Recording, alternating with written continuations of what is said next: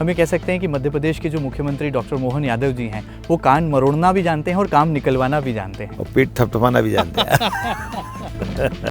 संगीत में सुरताल और शतरंज के खेल में खिलाड़ी की चाल और भारत के दिल यानी कि हिंदुस्तान के दिल एमपी का कैसा है हाल।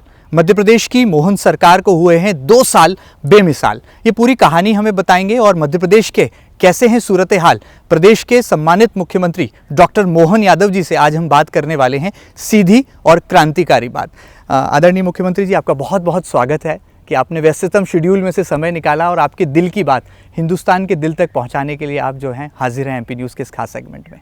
मैं भी आपका मेरे अपने इस सरकारी हाउस में स्वागत करता हूं और जिस प्रकार से आपने आज अपनी चैनल के माध्यम से हमारी बात पहुंचाने के लिए मौका दिया, मैं धन्यवाद देता हूं। माननीय मुख्यमंत्री जी, सबसे पहला सवाल, ये बीते 2 साल किस तरह से खट्टे मीठे अनुभव चुनौतियां लेकर आया और जब हम आपके इस कार्यकाल के पन्ने पलट कर देखते हैं तो बड़े बड़े फैसले भी ऐसे कि अफसरों की गलती हुई तुरंत निलंबन, क्राइम के खिलाफ कोई गया, कानून के खिलाफ किसी ने कदम उठाया तो नक्सली सरेंडर, पहले एनकाउंटर और फिर सरेंडर, कानून का राज, मध्य प्रदेश में सुशासन, विकास और एक नवाचार और सबसे बड़ी बात संस्कृति और संस्कारों का समावेश यानी कि विरासत और विकास, ये दोनों का तालमेल कैसे बैठा लेते हैं आप?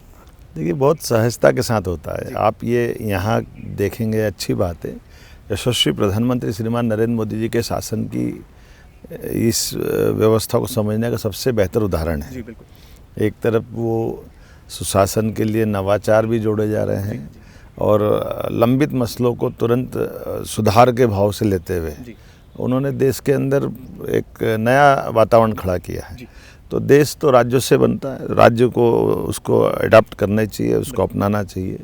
मैं मान के चलता हूँ कि मैं भाग्यशाली हूँ कि माननीय प्रधानमंत्री जैसा योग्य नेतृत्व आज हमारे सामने है, तो हम उनको आदर्श मान करके ये सब बातें बहुत सहजता के साथ करते हैं और मध्य प्रदेश इसके लिए बहुत मुफीद है। मध्य प्रदेश की धरती पर हम ये सारी बातों को करने के लिए बहुत सरलता से करते हैं, ये हमारा सौभाग्य है।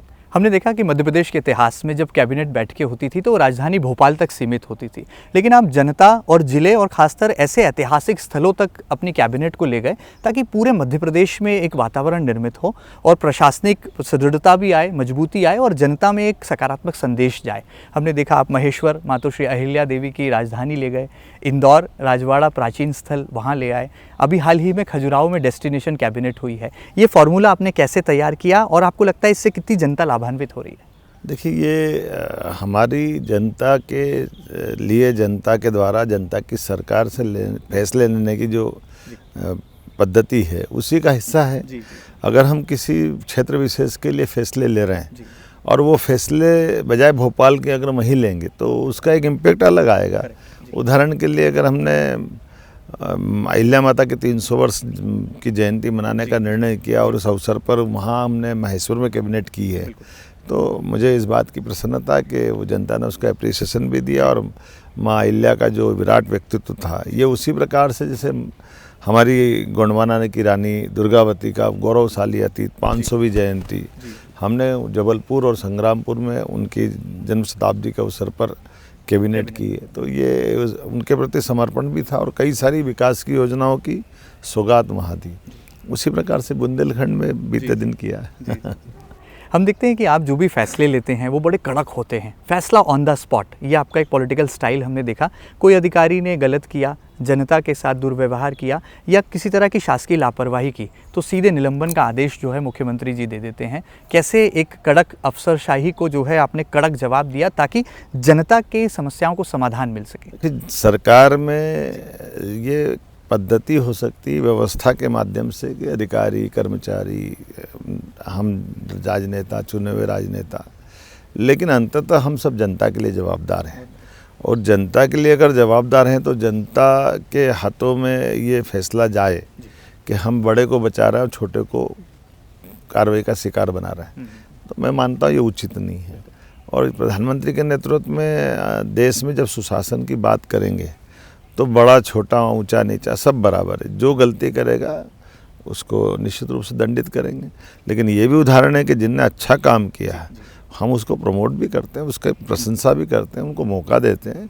अभी आप बताइए, नक्सलाइट आंदोलन में सफलता के साथ हमारे टीआई आशीष शर्मा जी का बलिदान हुआ। लेकिन ये आशीष शर्मा बीते साल जब मैं बालाघाट में गया था और बेहतर कार्रवाई के बलबूते पर और अच्छे पुरस्कारों के आधार पर आशीष शर्मा को हमने सब इंस्पेक्टर से इंस्पेक्टर के रूप में प्रमोशन के सितारे में नहीं लगाए थे। मुझे गर्व है इस बात का कि ऐसे बहादुर नौजवान हमारे साथ हैं और सबसे ज़्यादा प्रमोशन के मौके भी हमने दिए हैं। सब उलझे हुए प्रश्नों को समाधान का मार्ग भी हमने अपनाया है। तो हमको अगर अच्छा है तो अच्छे में भी हम आपके साथ हैं, उसको प्रमोट करते हैं, प्रोत्साहन देते हैं। और गलती करी तो बड़ा करे या छोटा करे उस पर फिर हमको उस पर तैयार रहना पड़ेगा कि हम गलत करने में समर्थन नहीं करेंगे। आप महिलाओं को लेकर, नारी सशक्तिकरण को लेकर एक संवेदनशील नज़रिया रखते हैं और आपने जब मुख्यमंत्री पद की शपथ ली उसके बाद विपक्ष ने प्रहार किया कि लाडली बहना योजना बंद हो जाएगी। आपने उनके मुंह पर करारा तमाचा मारा। लाडली बहना योजना जारी भी है, किश्त भी हस्तांतरित हो रही है और लगातार बढ़ोतरी आप कर रहे हैं। एक गिफ्ट रक्षाबंधन पर देते हैं, दूसरा भाई दूज पर। कैसे इसको देखते हैं आप? देखिए, ये हमारा कमिटमेंट है और ये हमारे यशस्वी प्रधानमंत्री के नेतृत्व में जब से हमारी सरकार बनी हमने इस बात को निभाया भी है कि सरकार अपने सारे आर्थिक व्यवस्थाओं को सुदृढ़ करेगी, लगातार वित्तीय व्यवस्थाओं में पोषकता लाएगी। लेकिन जो कमिटमेंट किए हैं हम उसको निभाते जा रहे हैं। इसलिए लाडली बहनों के लिए भी जब मैं बैठा था तब 1000 रुपये देते थे। फिर हमने गत वर्ष 24 में 2000 खास करके 1250 रुपया करने का घोषणा की थी, वो लागू कर दिया। इस साल हमने कहा कि फिर हम 250 बढ़ाएंगे, तो इस बार 1500 दिए। और अभी हम तो इस पे और आगे नारी सशक्तिकरण को लेकर के और आगे बढ़ रहे हैं। माता बहनों से तो हमारी स्वभाव होती है, हमारी संस्कृति सदैव हमारे यहाँ माता बहनों के लिए मातृसत्ता को मानती है। इसलिए हम घर परिवार तो छोड़ो, हमारे ग्रहों में भी पृथ्वी को माता माना है। तो वसुदेव कुटुंबकम की जब हम बात करते हैं तो ये हमारी संस्कृति भी हमको सिखाती है। और ये बात भी सही है कि हमको नारी सशक्तिकरण की कई योजनाओं के साथ यशस्वी प्रधानमंत्री ने 33% का आरक्षण देने का निर्णय किया है, जिसके आधार पर लोकसभा विधानसभा तक वो मौका दे रहे हैं। तो ये भाव को भी समझना पड़ेगा और इसी भाव को हम लेके चलते। ये आपका दूरदृष्टि और पक्का इरादा है, ये मान लिया जाए। अच्छा, हमने देखा कि बीते 2 सालों में माननीय मुख्यमंत्री डॉक्टर मोहन यादव जी लाडली बहनों के भैया भी बने और किसानों के हमदर्द भी बने। भावांतर योजना एक ऐसी योजना जिसने किसानों को संबल दिया, सहायता दी कि सरकार उनके साथ खड़ी है, उनकी हर दुख सुख में जो है सरकार संवेदनशील रवैया रखती है। इस योजना को कैसे क्रियान्वित किया? कितनी बड़ी चुनौती आपके लिए रही है? ये बहुत बड़ी चुनौती थी। ये माननीय प्रधानमंत्री ने इस योजना को 17-18 में लगाया था। माननीय तत्कालीन कृषि मंत्री नरेंद्र सिंह तोमर जी उस समय कृषि मंत्री थे। लेकिन ये कोई हाथ नहीं डालता था, एमएसपी पे खरीद करके काम चलाते थे। हमने कहा मंडी भी जिंदा रहना चाहिए, मंडी में खरीद बिक्री की सारी प्रोसेस होना चाहिए, किसानों के साथ वहाँ भी अन्याय नहीं हो। और एमएसपी के जो मैचिंग ग्रांट है वो हम बाद में देंगे प्रतिबद्धता के आधार पर। मुझे इस बात का संतोष है कि भावांतर योजना जब हमने लगाई तो कांग्रेस का सदैव यही पक्ष रहता है। लाडली बहनों की राशि का मसला हो तब भी वो हल्ला मचाते रहिए कि भाई दूज हो गया, पैसा नहीं दे रहे हैं, ये चुनाव के बाद नहीं देने वाले हैं। आपकी जानकारी के 46,500 करोड़ रुपए की राशि अभी तक हम दे चुके हैं। ये 31वीं किस्त दे दी। लेकिन कांग्रेस ने तो कहा कि लाडली बहना दारू पीती है। तो कांग्रेस तो महिलाओं के प्रति कभी उनके मन में, उनके नेता कहते हैं पता नहीं क्या क्या शब्द बोलते हैं, मुझे तो बोलना भी अच्छा नहीं लगेगा। वो ना माता बहनों की इज्जत करना कांग्रेस कभी उनके अपने नेताओं के भाव में, स्वभाव में, वाचा में, कर्म में, शब्द में कभी उनको लगता नहीं कि माता बहना बुरा भी मानेगी। इतना कांग्रेस के चुनाव हारने के बाद भी उनका घमंड नहीं गया। ये बड़े दुर्भाग्य के साथ कहना पड़ा। मुख्यमंत्री जी को गुस्सा आता है जब विपक्ष ऐसे बयान देता है? क्यों नहीं आना चाहिए? माता बहनों को कोई अगर ये बोलेगा तो मैं तो बहुत विचलित हो जाता हूँ। मेरे मन में तो बड़ी घृणा हो जाती कि ये आप मत बोलो भाई, नहीं बनता तो आप हाथ जोड़ लो, लेकिन आप माता बहनों का अपमान करोगे, ये जचता नहीं मामला। सिंहस्थ 2028 आपकी गृह नगरी, बाबा महाकाल की नगरी, आपने वहाँ पर डमरू वादन का एक बड़ा विश्व कीर्तिमान भी बनाया। अब एक बड़ा विहंगम दृश्य 2028 में हम देखने वाले हैं। कितना तैयार हो रहा है आपका? हमने तो ये कहा कि धार्मिक पर्यटन को लेकर के पूरे प्रदेश के अंदर माहौल बनना चाहिए और ये देखो तिरुपति बालाजी, पुट्टपर्ती शिरडी के साईं बाबा या शिरडी के साईं बाबा, तो ये धार्मिक पर्यटन अब तीर्थाटन में उत्तराखंड कहाँ से कहाँ चला गया। तो हर एक तीर्थाटन की संभावना वाले जगह पर हम ये आगे बढ़ रहे हैं। इसलिए बाबा महाकाल का प्रत्येक 12 साल में आने वाला केवल सिंहस्थ नहीं, पूरे साल ये गतिविधि चलना चाहिए। और धार्मिक तो वहाँ वातावरण बने ही अच्छा, उसके साथ सेवा के भी कई काम प्रारंभ होना चाहिए। मुझे इस बात का संतोष है, मैंने पिछले समय अधिकारियों का दल तिरुपति बालाजी भेजा। बहुत सारे प्रकार के तिरुपति बालाजी की गतिविधि चलती रहती है। इसी के साथ साथ हमारे ओरछा, दतिया, ओरछा में राजा राम की नगरी का भी हमने लोकार्पण करके आए। राम राजा लोक आप बना रहे हैं, दतिया में माई लोक बन रहा है। और ऐसे हम चित्रकूट को बहुत अच्छा करने वाले हैं और जन सहयोग से करने वाले, जनता के समर्थन के साथ करने वाले। तो हम सबके साथ मिलकर के सारी चीज़ों को लेके आगे बढ़ रहे हैं। आपकी बातों में कृष्ण भक्ति जो है परिलक्षित होती है। आप ऐसा कहा जाता है यदुवंशी जो होते हैं उनके रोम रोम में कृष्ण बसते हैं। शायद यही वजह है कि जो श्री कृष्ण पाथई की परिकल्पना आपने मध्य प्रदेश में संजोई, जहाँ जहाँ भगवान श्री कृष्ण के पदचिन्ह पड़े वहाँ पर आप एक पाथई बना रहे हैं। इस पुण्य प्रकल्प को किस नज़रिए से देखते हैं? कितना आपका ये आस्था से जुड़ा भी एक प्रकल्प आने वाले दिनों में मध्य प्रदेश को बड़ी सौगात के रूप में मिलेगा? देखिए, भगवान कृष्ण का नाम लेते ही हमको तो अपने यहाँ इस देश की पहचान भगवान और राम और कृष्ण से है। तो ये हर एक व्यक्ति के अंदर भगवान राम और कृष्ण के गुण दिखाई देते हैं। शरीर तो सबका आया और जाएगा, लेकिन इस शरीर से हमने जो जितना अच्छा किया वो बाद के समय में हमेशा वो ही याद रहेगा। ऐसे भगवान राम के पाथे वनगमन पथ का हमने कार्यक्रम हाथ में लिया है। तो चित्रकूट से लेकर भगवान राम ने जहाँ जहाँ लीला की उसको तीर्थ हम बना रहे हैं। ऐसे भगवान कृष्ण ने जहाँ जहाँ लीलाएँ की है, जहाँ जहाँ वो मध्य प्रदेश से जुड़े हैं, उन स्थानों को तीर्थ बना रहे हैं। इतना ही नहीं, आसपास के राज्यों से संपर्क करके हमारी चर्चा के बाद राजस्थान में भी माननीय मुख्यमंत्री भजन लाल जी ने इस पे वो काम कर रहे हैं। हमने गुजरात से भी बात की, माननीय गृह मंत्री जी भी, और सारे लोग इस पक्ष में हैं कि भगवान कृष्ण की लीलाओं से समाज को सीखने के लिए जो हो सकता है वो जरूर करना चाहिए। इसलिए हमने भगवान कृष्ण ने जहाँ शिक्षा ग्रहण की, सांदीपनी आश्रम को भव्य दिव्य बनाने वाले हैं। भगवान कृष्ण ने मित्रता का उत्कृष्ट उदाहरण, सुदामा के साथ मित्रता का धाम, वो स्थान हम अच्छा कर रहे हैं। भगवान कृष्ण को महर्षि परशुराम जी ने सुदर्शन चक्र दिया, जाना पाओ इंदौर में, उस स्थान को हम अद्भुत बनाने वाले हैं। एक एक करके वो सारी चीज़ें करने जा रहे हैं, जिससे हमको लगता है कि हमारा जीवन ये बाकी लोगों के लिए आदर्श बनेगा। और जो द्वारका का महत्व है, जो मथुरा का महत्व है, वो मध्य प्रदेश का है, उज्जैन का है।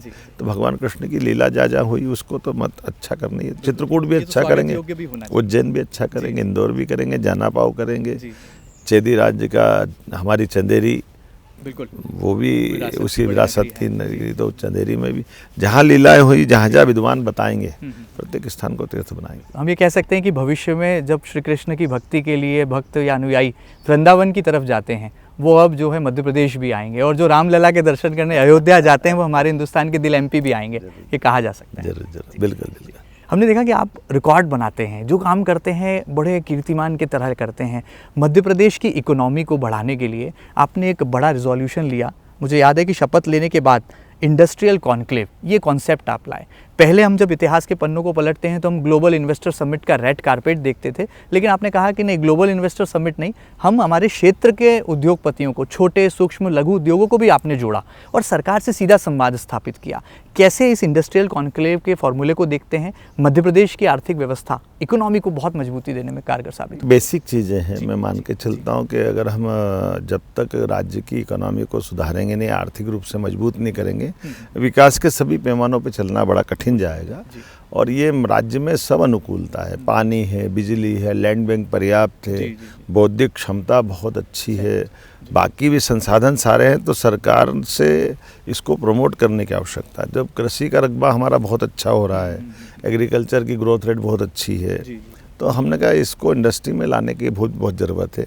संयोग से देश की भौगोलिक सीमा में हम मध्य में आते हैं, तो हमारे राज्य के अंदर एक अच्छी बात है, ना कोई बड़ा भूकंप आता है, ना कोई बड़ी समुद्र की सुनामी आती है, बल्कि आवागमन की दृष्टि से इंडस्ट्री वालों के लिए पूरे देश में माल सप्लाई करने के लिए न केवल देश में बल्कि अड़ोस पड़ोस के विदेश में भी यहाँ से माल बहुत सरलता से पहुँचा जा सकता है। तो कनेक्टिविटी इसलिए इसका लाभ लेना, इसको इसी आधार पर हमने कहा डेवलपमेंट के लिए, इंडस्ट्री के लिए केवल इंदौर, उज्जैन, भोपाल क्यों होना चाहिए, तो सागर का भी वही महत्व है, नर्मदापुरम का महत्व है, रीवा का महत्व है, ग्वालियर जबलपुर का महत्व है।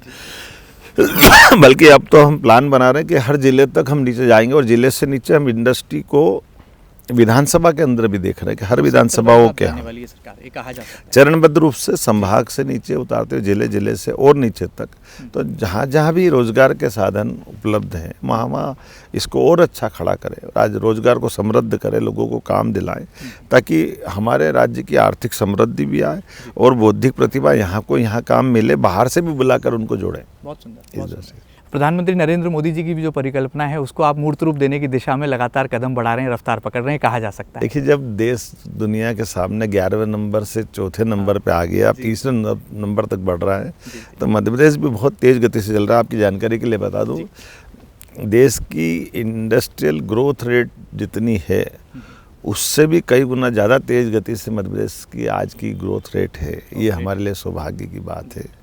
इसी प्रकार से देश के अंदर माननीय प्रधानमंत्री के आशीर्वाद से, गृह मंत्री की कुशल रणनीति से नक्सलवादी गतिविधियों के से मुक्त राज्य की श्रेणी में अगर देखा जाए तो मैं मान के चलता हूँ हम सौभाग्यशाली मध्य प्रदेश को हमने 2 साल के अंदर सभी प्रकार की ऐसी एंटी नेशनल एक्टिविटीज से मुक्त करते, नक्सल एक तरह से मूवमेंट से मुक्त करके करीब करीब हमने मध्य प्रदेश को बाहर ले आए। तीनों जिले हमारे जो नक्सलवाद प्रभावित थे, मंडला, बालाघाट, डिंडोरी, आज वो फ्री हो गए। और ये उन पे तमाचा कांग्रेस पे, जिनके शासनकाल में कांग्रेस के ही सरकार के मुखिया के नेतृत्व में जब सरकार चल रही थी, उनके एक मंत्री का घर से निकाल करके चौड़े चौगान सबके सामने गला काटा गया, और गोली से नहीं, कुल्हाड़ी से काटा गया। और बड़ा दुर्भाग्य के साथ कहना पड़ेगा, वो कांग्रेस के नेता जिनके नेतृत्व में ये सब बातें हुई, वो अभी भी जब हिडमा पे कार्रवाई होती है तो उसके समर्थन में बयान देते हैं। तो उनको तो मुझे लगता है कांग्रेस को माफ़ी मांगना चाहिए अपने इन व्यवहार के लिए कि उनके नेतृत्व में कितने प्रकार के से लोगों ने आतंक सहा है। किसी का हाथ काटा गया, किसी का पाँव काटा गया, कई लोगों को पलायन करना पड़ा, कई घर बर्बाद हो गए नक्सलवादियों से, और कांग्रेस ने बेशर्मी से सरकार चलाई। ये हमें गर्व है इस बात का कि हमने कांग्रेस के शासनकाल में किए गए कुकृत्यों का भी बदला लिया, और इसी साल 10 दुर्दांत नक्सलियों को हमने मार कर गिराने का भी रिकॉर्ड बनाया, और बाकी बच्चों ने सरेंडर किया, और हमने करीब करीब नक्सल से माननीय गृह मंत्री जी के नेतृत्व में मध्य प्रदेश को मुक्त करा। तो दिग्विजय सिंह जी को कोई सलाह तो नहीं देंगे इस तरह के बयानों को? ये पर्याप्त है इस बात का, मैंने जो बोला है कि उनको इस बात के लिए धन्यवाद देना चाहिए मध्य प्रदेश सरकार को, कांग्रेस को बोलना चाहिए। लेकिन कांग्रेस कभी नक्सलवादियों के खिलाफ सख्त कार्रवाई से बचती रही है, चाहे उनके नेता भी क्यों शिकार क्यों न हो जाए। मंत्री शिकार हो गए, विधायक शिकार हो गए, आम कांग्रेस के जिलाध्यक्ष से लेकर कई लोग मारे गए, लेकिन कांग्रेस अपने मरने वाले लोगों के प्रति भी ये भाव नहीं रखती थी, तो आम जनता के प्रति क्या भाव रखेगी? ये ऑपरेशन क्लीन इसी तरह से जारी रहेगा? 100% जारी रहेगा। ये हमारी सरकार में निश्चित रूप से किसी प्रकार की हथियार की गतिविधि चलाने की अनुमति नहीं है। कानून का राज स्थापित होना चाहिए। आप बड़े देसी मुख्यमंत्री हैं, बड़े देसी राजनेता हैं। हम जब पान की दुकानों पर चाय की चुस्कियों के साथ मुख्यमंत्री जी के बारे में पता करते हैं तो लोग कहते हैं कि बड़े कड़क हैं, अनुशासन प्रिय हैं, और राष्ट्रीय स्वयंसेवक संघ के पूरे संस्कार उनमें नज़र आते हैं। तो ये सब खेल क्या संस्कारों का है, या आप इसको कैसे व्यक्तित्व से जोड़ते हैं? उससे मुझे गर्व है कि मैं संघ का स्वयंसेवक हूँ, और संघ के दायित्व का निर्वहन भी हमने किया है। लेकिन ये भी बात सही कि शासन के सूत्र संभालने के बाद हम अपने दक्षता से काम करें, यही तो संस्कार हमने सीखे हैं। हमें हमारे संगठनों पे गर्व भी है, और माननीय प्रधानमंत्री के नेतृत्व में दुनिया देख रही कि जिस संगठन के बारे में कांग्रेस ने पता नहीं आज़ादी के पहले से जो षड्यंत्र रचाए गए थे, और अभी तक वो ऐसी सारी बातों को बोलते हैं जिसमें हमको तो दोहराने में भी शर्म आएगी, लेकिन ये हमारे काम करने के तरीके बताते हैं कि दुनिया के सामने भारत जिस रूप में स्थापित होकर अपनी पहचान बना रहा है, आर्थिक रूप से भारत सक्षम से सक्षमतम जा रहा है, और दुनिया के किसी लीडर के आगे हमें गर्व है। हमारे प्रधानमंत्री भारत और भारत की साख को 19 नहीं होने देते हैं। दुनिया के सारे देशों के सामने 56 इंच वाले प्रधानमंत्री हमको सबको गौरवान्वित करते दिखाई देते हैं। तो हमें गर्व है कि हमारा राज्य भी उनके पद चिन्हों पर अपने नागरिकों के लिए बेहतर काम कर रहा है। हम ये कह सकते हैं कि मध्य प्रदेश के जो मुख्यमंत्री डॉक्टर मोहन यादव जी हैं वो कान मरोड़ना भी जानते हैं और काम निकलवाना भी जानते हैं और पीठ थपथपाना भी जानते हैं। ग्रेट। मुझे लगता है आप तो अखाड़े के पहलवान हैं, इसलिए आपसे दांव पेच में तो मैं जीत नहीं सकता, लेकिन हाँ ये ज़रूर है कि आपने कहा कि हर तरह के हरफन मौला हैं आप, बड़े राजनेता। थोड़ा आपके दिल की बात में जानना चाहूँगा। अभी हमने देखा बाबा महाकाल की नगरी उज्जैन में आपके सुपुत्र का विवाह होता है, हमें लगा कि बहुत बड़ा ग्रैंड वेडिंग सेरेमनी होगा, लेकिन आपने तो उलट कर दिया। सरकारी सामूहिक विवाह में पुत्र का विवाह किया, और वो पुत्र जो कि MBBS की पढ़ाई कर रहे हैं, डॉक्टरेट हैं, और उनको ऐसा लगा कि भाई पिताजी का आदेश है, संस्कार है, तो उन्होंने माना। देखिए, मैं अब मेरा बेटा बात माने ऐसा सवाल नहीं, सवाल अब वो भी बालिग है और वो सर्जन है, बहू भी डॉक्टर है, वो भी PG कर रही है, उसको भी इस बात की समझ है। तो हमने कहा कि भाई हमारे सबके परिवारों के अंदर भी ये संस्कार है, क्यों दिखावा करना चाहिए, क्यों हम सरकारी आयोजनों को तरह में तो ये कोई संशोधन करना चाहूँगा, वो सरकारी आयोजन नहीं था। हमारे बेटे ने ही सामूहिक कहा कि पापा जो मेरी शादी में खर्चा हो रहा है वो हम और बच्चों को भी साथ में करें। तो ये क्योंकि हमने देखा वहाँ किसान का बेटा था, ड्राइवर का बेटा था, एक वेटर का बेटा था, उन लोगों का विवाह भी, और SC ST OBC जनरल सभी प्रकार के वर्ग। तो ये सुख है और अच्छा भी है जब हम प्रधानमंत्री का वाक्य सबका साथ सबका विकास की बात करते हैं, तो ये शब्दों को चरितार्थ करने की ज़रूरत है। मुझे इस बात का संतोष है कि एक वैसे ही बहुत हमारे हिसाब से तो छोटी बात थी, लेकिन आप लोग उसको बड़ा बताते हो, लेकिन अच्छा लगता है कि ये हमारे द्वारा बच्चों की, अपने सब परिवारों की बच्चों की पढ़ाई कराए, आगे बढ़ाए। तो मैं आपके माध्यम से सभी आम जनता से भी कहना चाहूँगा कि आप मौत मैयत पे, शादी ब्याह पे अनावश्यक पैसा क्यों खर्चा करके बड़ा दिखावा करोगे। जब आप बड़ा दिखावा करोगे तो ये बड़े लोग तो कर लेंगे, लेकिन जो मध्यम मार्गी है, थोड़े से कमज़ोर हैं, उनको ज़मीन बेचना पड़ती है, उनकी बाद का जीवन बहुत कष्ट का होता है। तो इस दिखावे से बचना चाहिए और ये सहजता के साथ सब होना चाहिए। आपके दिल को कितना सुकून मिला, कितनी फिजूल खर्ची रुकी और क्या प्रतिसाद मिला? मेरा बड़ा बेटा पिछली बार था, उसके विवाह में हम सब मिला के 50 लोग थे, उसने भी वैसे विवाह कर लिया, इस बार इसने सामूहिक से कर लिया। तो ये अच्छी बात है, इसको हम नई पीढ़ी मान भी रही है और उसमें ज़्यादा अच्छा लगता है कि हम अपना दिखावे से बचें। तो ये हम सबके लिए बहुत मायने रखता है। इसलिए मैं आपके माध्यम से कहना चाहूँगा, किसान भाई बहन अपनी ज़मीन जायदाद बचाएं, उनके माध्यम से अपने आय के स्रोत से बच्चों को पढ़ाए लिखाएं, सरकार से पूरी मदद ले, सरकार मदद करने को तैयार है। डॉक्टर, वकील, इंजीनियर बनाए, जितना आगे बढ़ा सकते बढ़ाएं, और वो अपनी भविष्य में अपनी पीढ़ी आगे बढ़कर अपनी पहचान बनाए। लेकिन हम अनावश्यक दिखावे में अपने पैसे का दुरुपयोग नहीं करें। बहुत बड़ा और बहुत गहरा संदेश है और मुझे लगता है बहुत दूर तक जाना चाहिए। नई पीढ़ी को एक प्रेरणा भी जरूर इस फैसले से मिलेगी, मुझे ऐसी पूरी उम्मीदें और आशाएं हैं पत्रकारिता के विद्यार्थी होने के नाते। एक सवाल और, पहले पर्दे पर हम कई तरह की बातें पढ़ते हैं, देखते हैं, तो फिल्मी पर्दा जब हम आपके किरदार को जोड़ते हैं तो आप हमें कभी नायक नज़र आते हैं, कभी आप हमें यंग एंग्री मैन नज़र आते हैं, तो कभी लगता है आप धर्मवीर हैं, कभी लगता है कर्मवीर हैं। मूल व्यक्तित्व क्या है? क्योंकि आप गायों से भी उतना ही प्रेम दुलार करते हैं जितना आप प्रदेश की जनता से करते हैं। देखिए, मैं एक किसान परिवार का बेटा हूँ, मेरे घर में खेती किसानी का वातावरण मिला है। हमारे परिवार में कोई सरकारी सर्विस किसी ने की भी नहीं है, ना हमारी इच्छा रही है। लेकिन हमारे अपने जो परिवार के संस्कार रहते हैं, माता पिता भी इस बात को कहते हैं कि जो अच्छा कर सकते बेटा ज़रूर करना, और अच्छा अगर नहीं कर सकते तो हाथ जोड़ लेना, लेकिन कहीं गलत हो रहा तो अभी उसका विरोध जरूर करना। हमारे द्वारा गलत बातों को बर्दाश्त करना ये भी अपराध है। तो हमारी इस पद्धति के आधार पर हमने अपने घर से, परिवार से संस्कार पाए। सरकार में भी जो अच्छा हो सकता है वो ज़रूर करे।